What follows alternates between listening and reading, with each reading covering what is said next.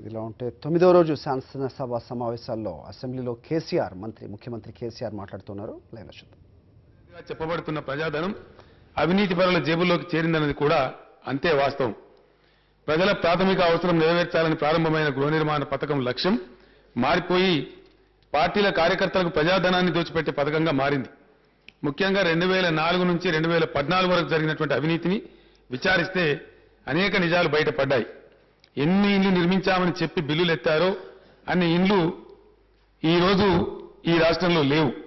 గ్రామంలోని కుటుంబాల సంఖ్య కంటే ఇండ్లు ఎక్కువ మంజూరు చేయించుకుని బిల్లులు కాజేసిన సంఘటనలు కోకొల్లలు.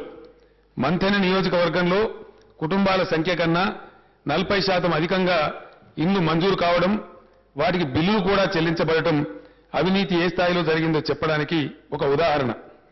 పాలకులు అధికారులు విలాకతే విశృంఖలంగా పాల్పడ్డ అవినీతిపై అప్పటి ప్రభుత్వమే విచారణకు ఆదేశించింది.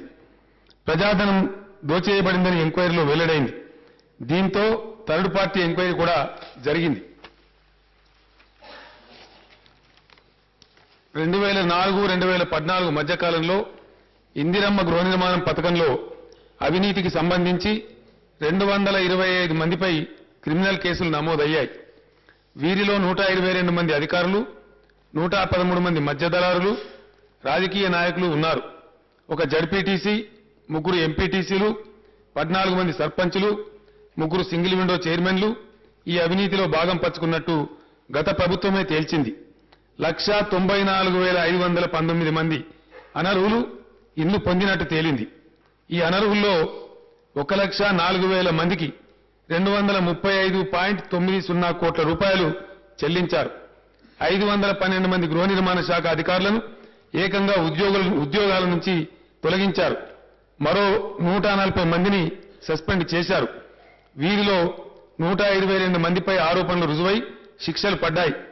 2.86 కోట్ల రూపాయలను రికవరీ చేశారు.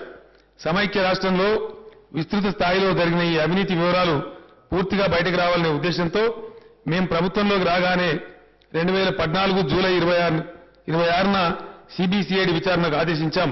విచారణ కొనసాగుతున్నది. ఇందిరమ్మ ఇండ్ల విషయంలో అవినీతిపై విచారణ జరుగుతున్న సందర్భంలో నిజంగానే ఇండ్లు కట్టుకున్న పేదలకు అన్యాయం జరగవద్దని మేం భావించాం. అందుకే ఇందిరమ్మ ఇండ్లపై సర్వే చేసి వాస్తవంగా ఇండ్లు కట్టుకున్న వారిని గుర్తించాలని కలెక్టర్లను ఆదేశించాం. రెవెన్యూ బృందాలు గ్రామాల్లో పర్యటించి 1,19,000 మంది బోగస్ లబ్ధిదారులు ఉన్నారని, 2,46,170 మంది నిజంగానే ఇండ్లు కట్టుకుంటున్నట్లు తేలింది. ఇందులో 56,059 ఇండ్ల నిర్మాణం పూర్తయింది. 2,04,000 ఇండ్ల నిర్మాణం వివిధ దశల్లో ఉంది. వీటికి ఎప్పటికప్పుడు డబ్బులు చెల్లిస్తున్నాం. మా ప్రభుత్వం వచ్చిన తర్వాత ఇప్పటి వరకు ఇందిరమ్మ ఇండ్లకు 369.48 కోట్ల రూపాయలు చెల్లించాం.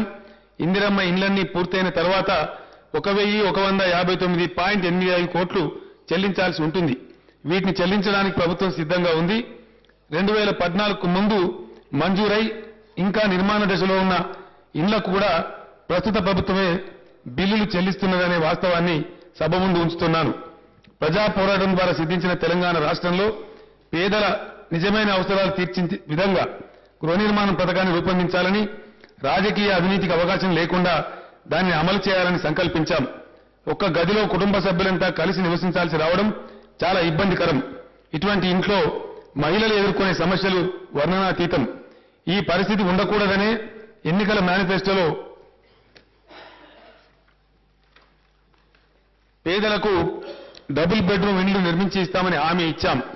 ప్రభుత్వం కొంత ఇచ్చి లబ్ధిదారులు కొంత సమకూర్చుకుని ఇల్లు నిర్మించుకునే పద్ధతికి మా ప్రభుత్వం పూర్తిగా స్వస్తి పలికింది. లబ్ధిదారుల మీద ఒక్క పైసా భారం పడకుండా ఉండే విధంగా ఈ పథకం రూపొందించాం. ఇంటిని నిర్మించి ఇచ్చే బాధ్యతను కూడా ప్రభుత్వమే తీసుకుంది. దీనివల్ల బలహీన వర్గాల గృహ నిర్మాణానికి అయ్యే ఖర్చు గతంలో ప్రభుత్వాలు పెట్టిన ఖర్చుతో పోల్చి చూస్తే ఎన్నో రెట్లు పెరిగింది. 560 చదరపు గజాల విస్తీర్ణంలో, చదరపు అడుగుల అధ్యక్ష గజాలు కాదు, చదరపు అడుగుల విస్తీర్ణంలో నిర్మించే డబుల్ బెడ్రూమ్ ఇండ్లకు గ్రామాల్లో 5,04,000 రూపాయలు, పట్టణాల్లో 5,30,000 రూపాయలు, జీహెచ్ఎంసీ పరిధిలో 7 లక్షల రూపాయల చొప్పున కేటాయించాం. గతంతో పోలిస్తే ఇళ్ల నిర్మాణం కోసం చేసే వ్యయం చాలా ఎక్కువ అవుతుంది. అందుకే బడ్జెట్లో నిధులు కేటాయించడంతో పాటు వివిధ ఆర్థిక సంస్థల సహకారాన్ని కూడా తీసుకుంటున్నాం. ఇళ్ల నిర్మాణం కోసం కావాల్సిన 17,660 కోట్ల రూపాయలను ప్రభుత్వం సమకూర్చుకున్నదని సభకు తెలియజేస్తున్నాను. 2 ఏళ్లలో రాష్ట్ర ప్రభుత్వ బడ్జెట్లో 1,433 కోట్ల రూపాయలు కేటాయించాం. కేంద్రం నుంచి కూడా గృహ నిర్మాణ పథకాలకు 333 కోట్ల రూపాయలు వచ్చాయి. కేంద్ర రాష్ట్ర ప్రభుత్వాలు కలిపి 1,766 కోట్ల రూపాయలు సమకూర్చగా హడ్కో గత ఏడాది 3,344.76 కోట్ల రూపాయలు, ఈ ఏడాది 12,549 కోట్ల రూపాయలు, మొత్తం 15,893.76 కోట్ల రూపాయలు అందించడానికి అంగీకరించింది. మొత్తం 17,660.40 కోట్లు ఇళ్ల నిర్మాణం కోసం సిద్ధంగా ఉన్నాయని ఈ సభకు తెలియజేస్తున్నాను. తెలంగాణ వచ్చే నాటికి గత ప్రభుత్వాలు ఇళ్ల నిర్మాణం కోసం 11,000 కోట్లు ఖర్చు చేస్తే 2.5 ఏళ్లలోనే 17,660 కోట్లు కేటాయించాం. బలహీన వర్గాల గృహ నిర్మాణం విషయంలో ఇప్పటి వరకు ప్రభుత్వాలు అనుసరించిన విధానాన్ని లోతుగా విశ్లేషిస్తే పేదలకు జరిగిన మేలు పెద్దగా లేదని అర్థమవుతున్నది. ప్రభుత్వం ఇల్లు కట్టించి ఇచ్చిందన్న పేరే కానీ భారమంతా బలహీన వర్గాలపైనే పడింది. నిర్మాణ వ్యయంలో ప్రభుత్వం పెట్టిన ఖర్చు కన్నా లబ్ధిదారులు పెట్టుకున్న ఖర్చే ఎక్కువ. గృహ నిర్మాణ పథకాలకు మొదటి నుంచి గమనిస్తే ఇదే విషయం నిరూపణ అవుతుంది. 1974 ప్రాంతంలో హట్టింగ్ స్కీమ్ గుడిసెల పథకం అమల్లో ఉండేది. అప్పుడు గుడిసె నిర్మాణం కోసం ప్రభుత్వం ఇచ్చిన మొత్తం 400 రూపాయలు. 1978 వచ్చే నాటికి సెమీ పర్మనెంట్ హౌస్ స్కీమ్ కింద 1000 రూపాయలు ఇచ్చారు. 1983లో పక్కా ఇళ్ల నిర్మాణ పథకం ప్రారంభమైంది. ఇక్కడి నుంచి ప్రభుత్వం కొంత సబ్సిడీగా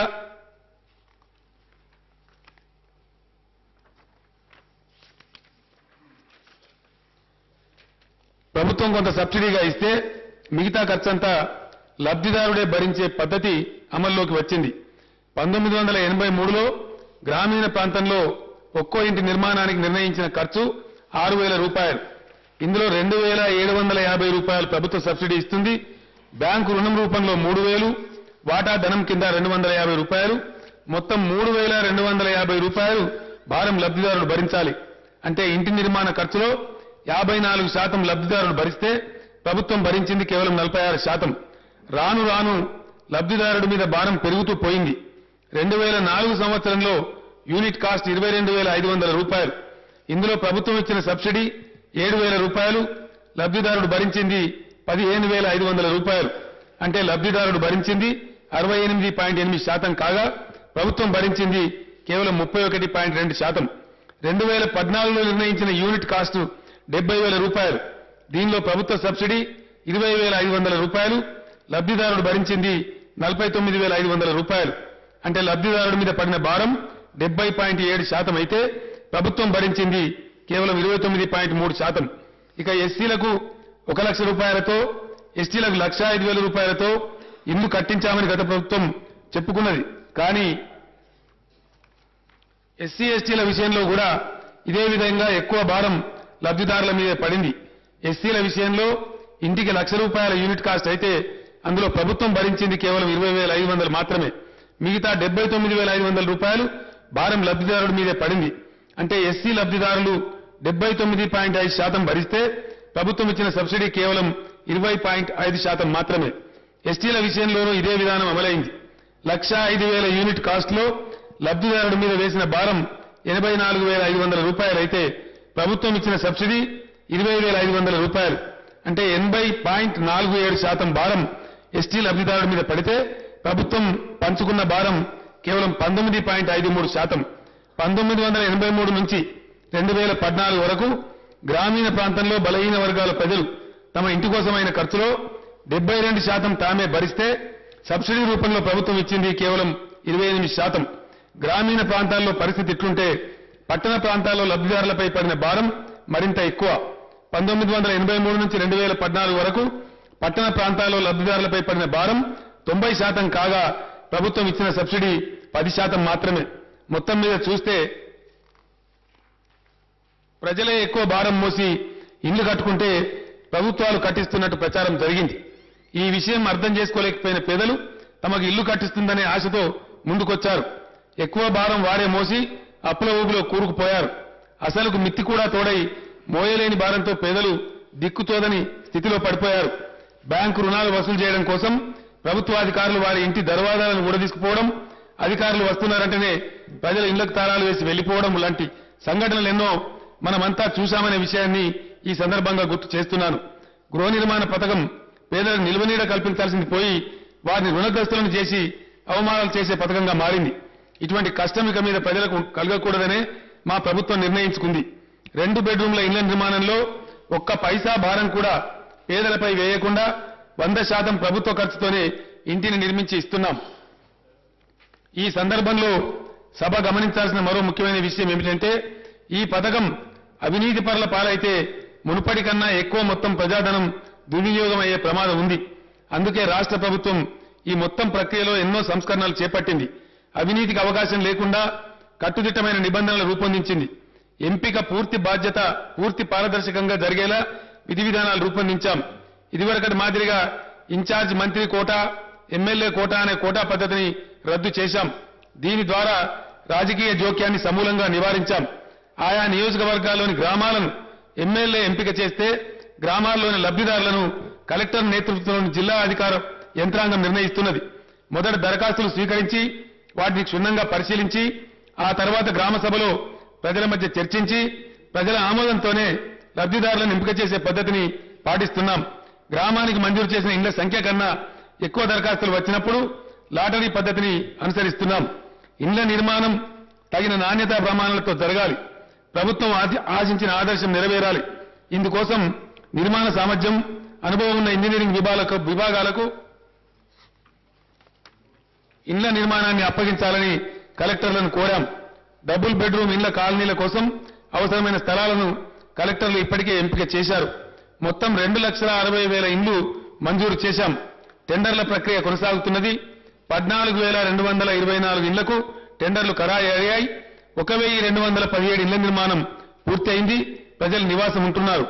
రాష్ట్రంలోని వివిధ ప్రాంతాల్లో ప్రస్తుతం 9,588 ఇండ్లు నిర్మాణంలో ఉన్నాయి. ఇక్కడ ఒక వాస్తవం సభ ముందు పెట్టదలుచుకున్నాను. డబుల్ బెడ్రూమ్ ఇళ్ల టెండర్లు వేయడానికి కాంట్రాక్టర్లు వెనుకడుగు వేస్తున్నారు. దీనికి 2 కారణాలున్నాయి. ఒకటి, రాష్ట్ర ప్రభుత్వం అమలు చేస్తున్న మిషన్ కాకతీయ, భగీరథ, నీటిపారుదల ప్రాజెక్టులు, రహదారుల నిర్మాణం లాంటి పనులు ఉధృతంగా జరుగుతున్నాయి. రాష్ట్రంలోని ఎక్కువ వర్కింగ్ ఏజెన్సీలు ఈ పనుల్లోనే ఉన్నాయి. రెండో కారణం, డబుల్ బెడ్రూమ్ ఇళ్ల నిర్మాణంలో ఎక్కువ లాభం ఉండే అవకాశం లేదని కాంట్రాక్టర్లు వెనుకడుగు వేస్తున్నారు. అయినా ఈ పరిస్థితిని అధిగమించేందుకు ప్రభుత్వం అవసరమైన చర్యలు ప్రారంభించింది.